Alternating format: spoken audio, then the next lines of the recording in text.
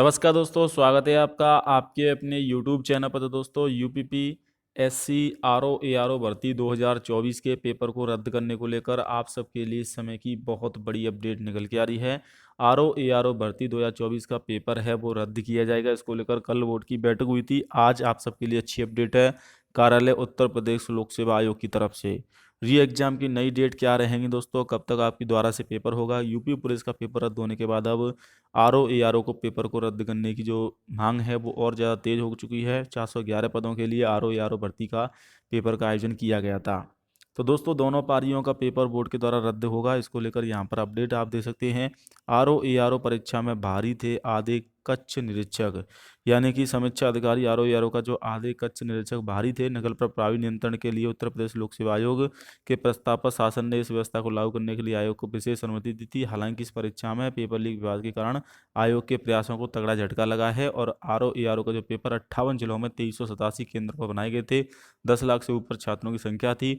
65% विद्यार्थियों ने एग्जाम दी। परीक्षा केंद्रों में 50% बाहरी कक्ष निरीक्षक तैनात किए जाने से आग्रह किया गया था। आयोग के सूत्रों का कहना है कि इंटरनेट सेवा बंद करने के लिए भी शासन से अनुमति दी गई थी, लेकिन बाहरी कक्ष निरीक्षकों की तैनाती का प्रस्ताव मान लिया गया और शासन ने इसके लिए अलग से अनुमति पत्र जारी किया था। ऐसे में जिन केंद्रों पर परीक्षा हुई वहां आधे कक्ष निरीक्षक बाहरी थे और बाहरी कक्ष निरीक्षक संबंधित विद्यालय के शिक्षक थे।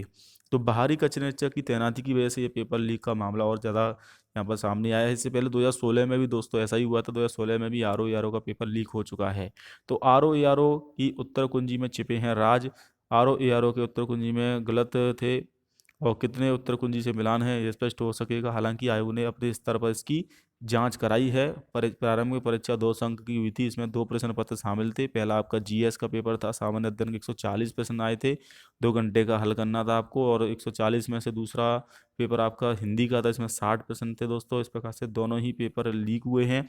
दोनों ही पेपरों में दोस्तों अगर बात करें तो पहले पेपर जो हुआ था जीएस का उसमें 118 प्रश्नों का मिलान हो चुका है और दूसरे में 28 प्रश्नों का मिलान हो चुका है। हिंदी के जो 60 प्रश्न आए थे, तो पेपर तो रद्द होगा दोस्तों, ये बिल्कुल क्लियर है। इससे पहले 2016 में भी पेपर लीक हुआ था और यूपीपी एसएससी को रद्द करनी पड़ी थी परीक्षाएं। तो पेपर को तो रद्द करना पड़ेगा, अगर आज नहीं तो कल।